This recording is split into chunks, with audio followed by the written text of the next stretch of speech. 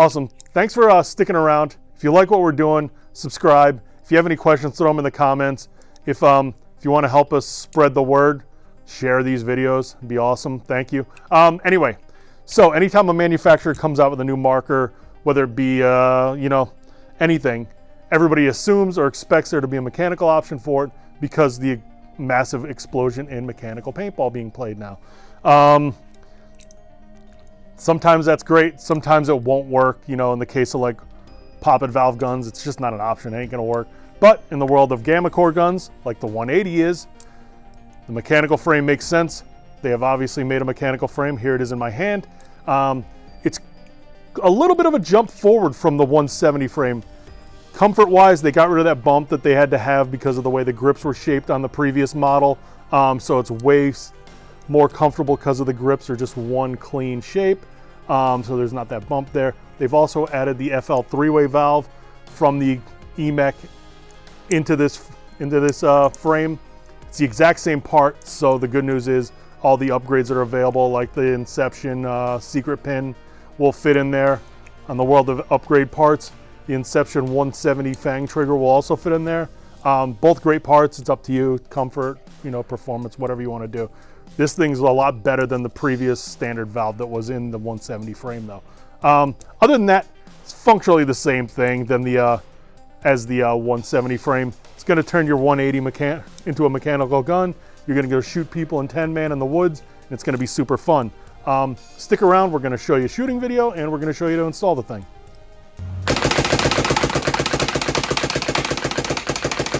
Cool. To install this 180R mechanical frame is actually quite easy. It's basically removing the reg, removing the frame from the stock gun, and then putting the reg back on the mechanical frame, etc. You only need 3 Allen keys. Need a 5/32 for the pops ASA to remove those screws. Then you're going to need a 1/8 to remove the frame screws, and then a 2mm or 3/32. I always just use a 2mm to remove the grip handle screws to swap those on. So we got the pops off. Very gently, using a pair of needle nose, remove the piston and spring. Put those to the side because you're going to need those. And you take the bolt out because the rear frame screw is underneath that. Then you're going to remove the front grip.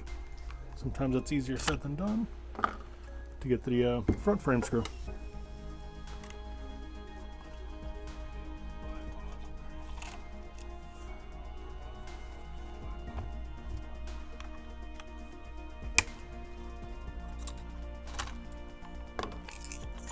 That screws out. Then the frame comes like this and disconnects. There's no connections in between the two. There's just there's a hook on the front, or a tab on the front, that goes into a slot in the front of the body that hooks that in place to keep everything secure. The only thing you need from here, from the original frame now, is the grips. 1 screw on each one, easy stuff.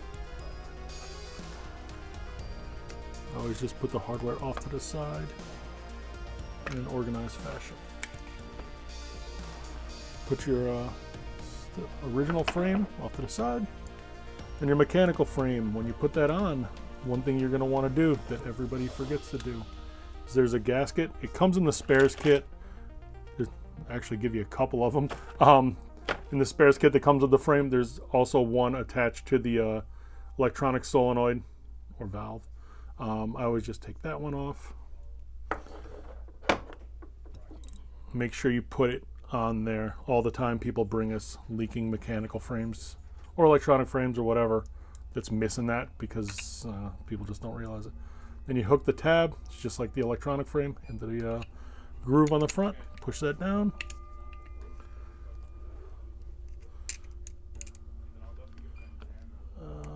Put your frame screws in.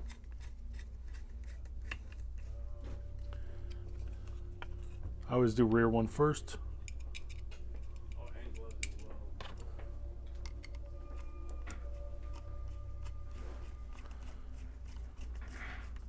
front one in. Then you need to put your regulator and pops on. They do sell these separately. If you're one of those people that doesn't want to do that, you can actually buy the reg and pop separately. It's like another $100, but if you just want to have complete units, mechanical and electronic, I get it. Just throw a little grease on these pistons since you have it apart anyway. Might as well do some preventive maintenance. Put that guy in, piston, spring. Then the pops goes like that into place. And you just throw your ASA screws in, or your pop screws, whatever you want to call them.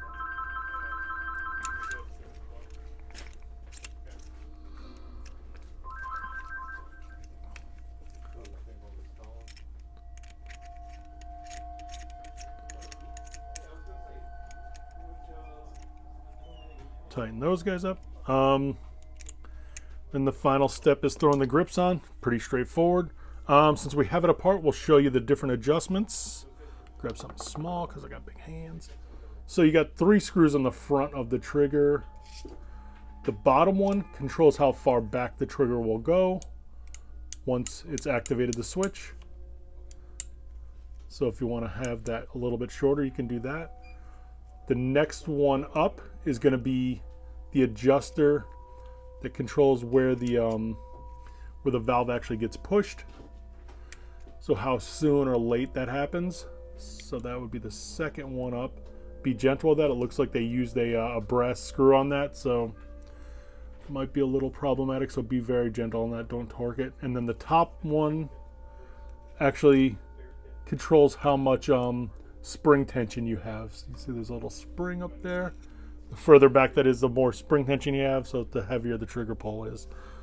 That spring doesn't do a ton. It mostly just pushes the trigger back because a lot of the tension is controlled by the valve itself, which isn't that adjustable, but the spring gives you something. That's pretty straightforward. If you do need to remove this trigger, you just take that screw out. It'll come out and you can take the trigger out. Put your bolt in and you are good to go. Put some grips on. It's pretty straightforward. 2 screws. Anybody can handle that. Thanks for watching, guys. Sticking around. Like we said before, if you like what we're doing, subscribe. If you have any questions, throw them in the comments. We'll get back to you as soon as humanly possible. Thanks. Have a fantastic afternoon.